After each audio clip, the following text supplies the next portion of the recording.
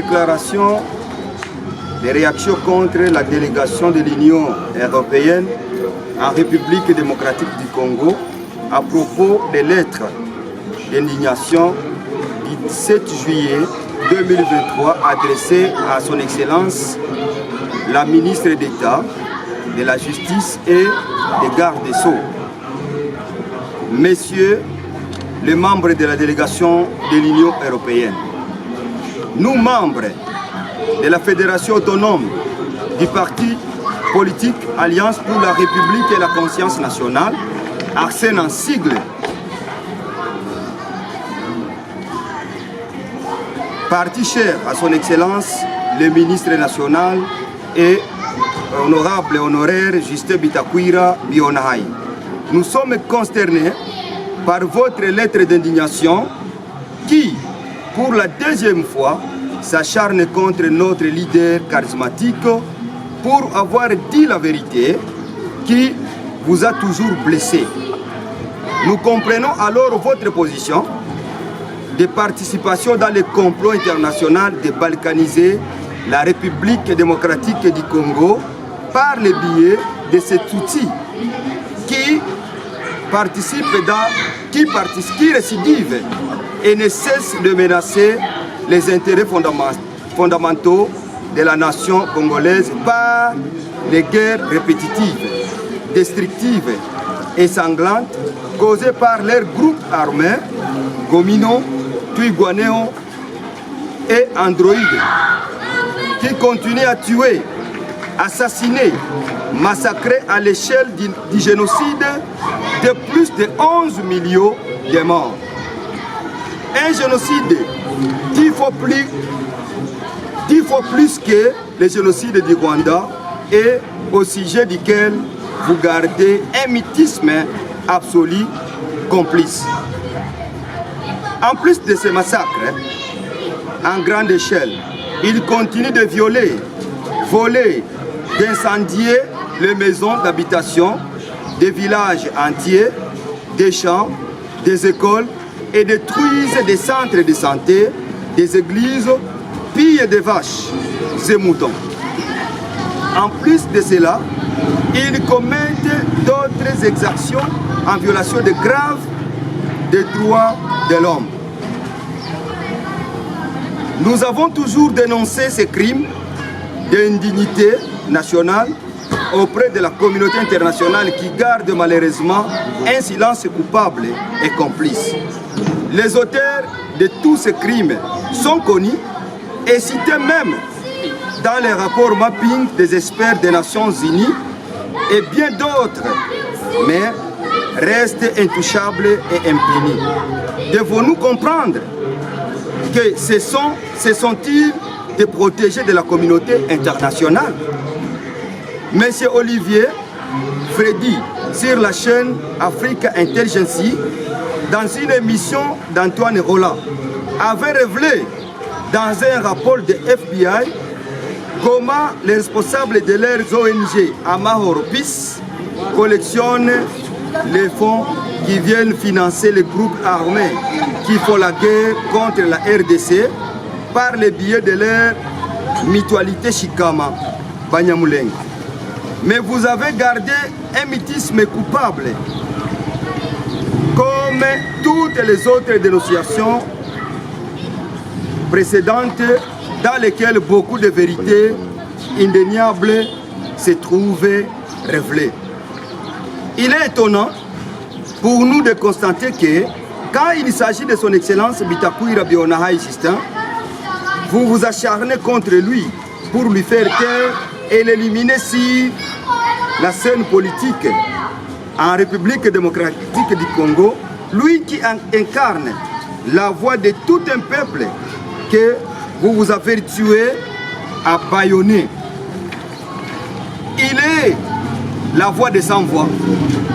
Il n'y a que vous seulement au monde entier qui vous transformez en avocat sans toge de Tutsi, soi-disant Banyamulenge, qui tyrannise nos compatriotes dans les moyens et hauts plateaux des territoires de Douvira, Fizi et Mwenga, et que le général James Kabarebe du Rwanda a qualifié les Rwandais complexés et opportunistes. Pour nous et pour vous, votre information, les Tutsis qui se disent Banyamulenge sont des instruments de balkanisation de notre pays et c'est là sous votre bénédiction. Vous êtes révélés au grand jour. Vous vous êtes révélés au grand jour et nous n'avons point de doute à croire que vous les soutenez par votre idéologie impérialiste, vos financements à leur ONG qui à leur tour financent les groupes armés qui font la guerre contre la République démocratique du Congo, notre pays.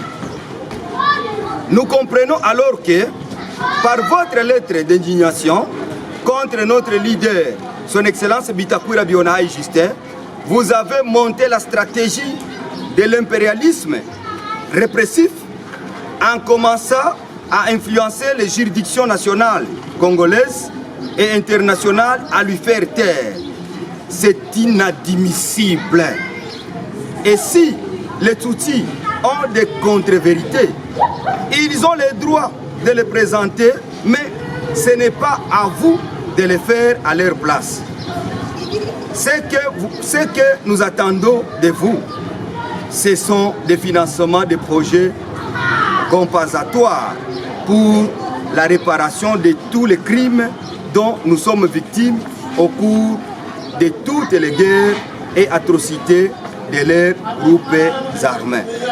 Nous vous demandons de cesser votre acharnement contre son Excellence Bitakwira Bionaï Justin et d'abandonner de surcroît votre politique impérialiste répressive en République démocratique du Congo, notre pays.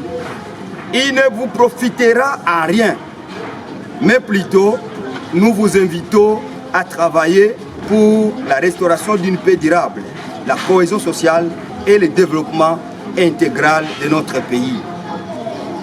De tout ce qui précède, nous recommandons ce qui suit. 1. Au gouvernement de la République démocratique du Congo de ne pas tomber dans les pièges de l'Union européenne qui veulent se servir de vous pour priver vos citoyens de leurs droits de liberté d'expression et d'opinion. 2. D'éviter d'utiliser la justice congolaise comme instrument de l'impérialisme répressif contre les citoyens congolais sur le sol de leurs ancêtres. De faire preuve de la maturité politique et de la sagesse dans cette affaire. Il n'est plus l'heure du paternalisme politique. 2. Aux citoyens congolais, nous suggérons ce qui suit. D'être vigilants sur cette attitude de l'opinion, plutôt de l'Union européenne, qui veut s'instituer et matérialiser l'impérialisme répressif en République démocratique du Congo, notre pays. D'être unis pour combattre et résister jusqu'au sacrifice suprême pour notre mère patrie, la République démocratique du Congo. À la Cour pénale internationale, les experts du Bureau conjoint des Nations Unies aux droits humains et aux autres personnalités neutres d'exploiter les rapports mapping et autres pour rechercher et juger tous les auteurs de crimes contre l'humanité, des crimes de génocide perpétrés en République démocratique du Congo, notre pays. C'est là depuis les années 1996 en ce jour, dont la liste non exhaustive est si jointe au sein de cette déclaration. De faire des enquêtes sur le financement des guerres en République démocratique du Congo par les grandes puissances impérialistes, les multinationalistes occidentales, les ONG et autres personnalités pour que la vérité soit connue de tous. Que vive la République démocratique du Congo, que vivent les partis politiques Alliance pour la République et la conscience nationale, que vive la population de la République démocratique du Congo, nous vous remercions.